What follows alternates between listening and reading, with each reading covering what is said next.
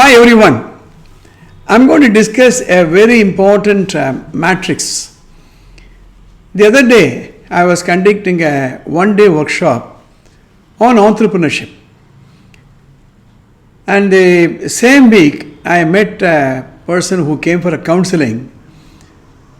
The issue in front of this individual is, he has got a running business.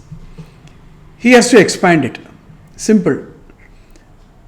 He has got all the resources to expand, but that but was a little disturbing to him.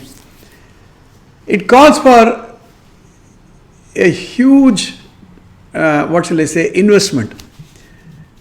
I am not talking about money as an investment, because money can be borrowed, resources can be mobilized, materials can be procured, human resources can be hired, absolutely no problem at all.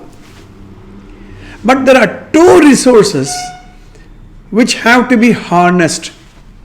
You need to do an audit of all the resources, money, material, manpower, all the resources you have to audit.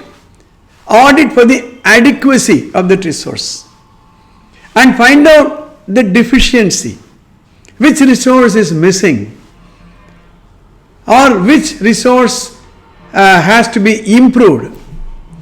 While you do that, which all of us do this before we leap, we plan. But there is one important pair of resource which had to be harnessed, which had to be audited. That is self-trust, self-confidence. Self-trust, self-confidence. Without self-trust and self-confidence, any amount of resource that you have is not going to matter. Please understand this. You may be born in a millionaire's family. You may inherit a huge plant, or you may join a new project, or in your career you may get a wonderful opportunity. You need to take that risk.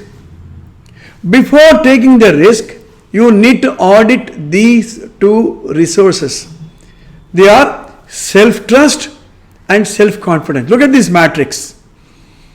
Self-trust and self-confidence.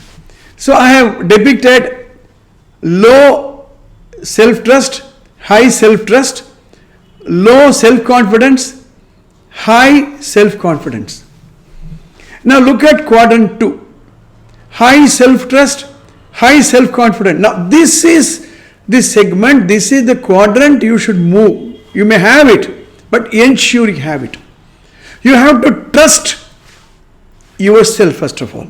Your ability to trust your decision making, your ability to trust your leadership qualities, your ability to trust your emotional management, your ability to trust your domain knowledge, your ability to trust your skill set, your ability to trust your risk taking. All these things of self-trust. Because you go and ask any number of people, everybody will give one dimension of the risk. You are the best person to decide. Anything new, people may, because they are interested in you, they may warn you, don't do that. Okay. Similarly, self-confidence. Are you confident first of all? This confidence is very, very important. Self-confidence. You have confidence in yourself.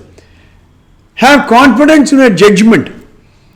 Have confidence in your decision making. Have confidence in your leadership qualities. Have confidence in your ability to communicate to yourself, to others also. Have confidence in your leadership qualities. Have confidence in your ability to plan.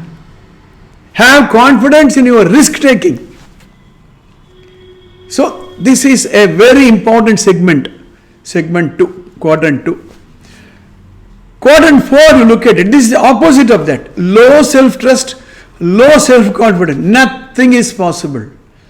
Leave alone a leap forward, even to maintain yourself, you will find it very difficult. In my seminars for school students and parents, I talk about this. Any student who has been brought up in a very protected environment without taking any risk, without developing the soft skill will be here. This is a sure quadrant of no growth. In nature, either you grow or perish. Please understand that.